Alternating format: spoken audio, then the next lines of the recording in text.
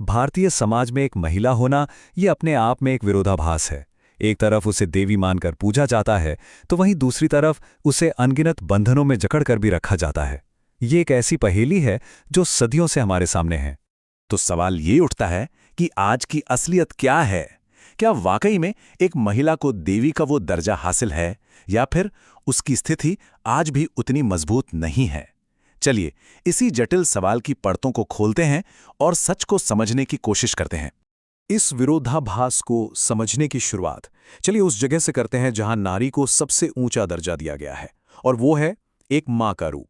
हमारी संस्कृति में मां का स्थान सबसे ऊपर माना गया है। मतलब एक ऐसा सिंहासन जिस पर कोई और बैठ ही नहीं सकता। उसे सिर्फ परिवार की नहीं बल्कि पूरे समाज की नींव कहा गया है। और ये बात हमारे धार्मिक ग्रंथों से लेकर हमारी परंपराओं तक हर जगह गहराई से बसी हुई है। और ये सिर्फ कहने की बातें नहीं हैं। जरा ये कोटेशन देखिए, ये कितनी खूबसूरती से दिखाता है कि मातृत्व को कितना गहरा और आध्यात्मिक दर्जा दिया गया है। इसे सिर्फ एक रिश्ता नहीं बल्कि प्यार का सबसे शुद्ध और जीता जागता रूप माना गया है। तो मां की भूमिका को अद्वितीय माना गया है, ऐसी भूमिका जिसे कोई और निभा ही नहीं सकता। बच्चे की जिंदगी को संवारने से लेकर पूरे परिवार को एक साथ जोड़े रखने तक उसकी भूमिका हमेशा ही सबसे अहम रहती है। और बस यहीं पर आकर हम अपने उस बड़े सवाल पर वापस लौटते हैं। अगर मां का दर्जा इतना ऊंचा है तो फिर इतिहास में महिलाओं को इतने सारे बंधनों और मुश्किलों का सामना क्यों करना पड़ा? ये आदर्श और हकीकत के बीच की एक बहुत बड़ी खाई की तरफ इशारा करता है। अब इस पहेली की जड़ें वो इतिहास में बहुत गहरी हैं। महिलाओं की स्थिति हमेशा से एक जैसी नहीं रही। वक्त के साथ इसमें बहुत बड़े बड़े बदलाव आए हैं और इतिहास हमें इसकी पूरी कहानी बताता है। ये टाइमलाइन देखिए, ये अपने आप में एक पूरी कहानी सुनाती है। वैदिक काल में जहां महिलाओं को सम्मान मिलता था, उन्हें पढ़ने लिखने का अधिकार था और वो सामाजिक जीवन में भी हिस्सा लेती थीं। लेकिन फिर धीरे धीरे हालात बदलने लगे। उन पर तरह तरह की पाबंदियां लगाई गईं और उनकी आज़ादी का दायरा छोटा होता चला गया। ये बदलाव कितना बड़ा था, इसका अंदाजा आप इस सीधी सीधी तुलना से लगा सकते हैं। सोचिए, एक तरफ वैदिक काल की गार्गी और मैत्री जैसी महान विदुषियां थीं, और दूसरी तरफ एक ऐसा दौर आया जब महिलाओं को घर की चारदीवारी में कैद करके शिक्षा जैसे बुनियादी हक से भी दूर कर दिया गया। ये सिर्फ एक सामाजिक बदलाव नहीं था, ये पूरी की पूरी सोच का बदलना था। जो महिला कभी समाज की तरक्की में एक बराबर की हिस्सेदार थी, उसे अब सिर्फ घरेलू कामों तक ही सीमित कर दिया गया। ये एक ऐसी सोच थी जिसने आने वाली कई सदियों तक महिलाओं की जिंदगी पर गहरा असर डाला। और इतिहास की इसी जमीन पर आज की आधुनिक नारी के संघर्ष की कहानी खड़ी है।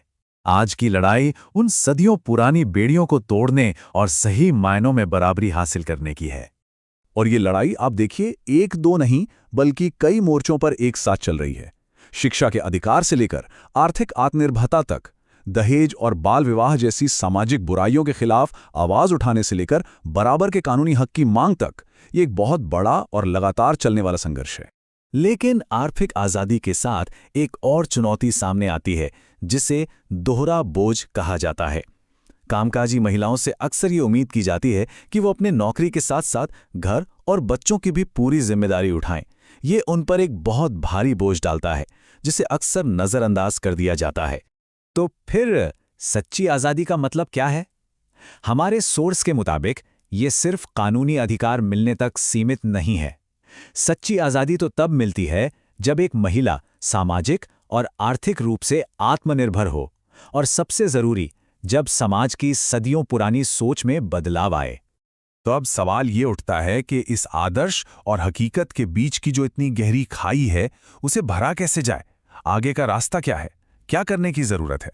यहां पर सोर्स का जो मूल तर्क है वो ये है कि असली बदलाव सिर्फ कानून बनाने से नहीं बल्कि सोच बदलने से आएगा। और ये बदलाव सिर्फ महिलाओं में नहीं, पुरुषों की सोच में भी उतना ही जरूरी है। जब तक समाज की मानसिकता नहीं बदलेगी, तब तक कागज पर दिए गए अधिकार भी अधूरे ही रहेंगे। इस बात को समझाने के लिए एक बहुत ही दमदार मिसाल दी गई है। समाज को एक रथ की तरह बताया गया है और पुरुष और महिला को उसके दो पहिए। जरा सोचिए, अगर रथ का एक पहिया भी कमजोर होगा तो क्या वो आगे बढ़ पाएगा? बिल्कुल नहीं। समाज की तरक्की के लिए स्त्री पुरुष की बराबरी एक शर्त है, कोई विकल्प नहीं।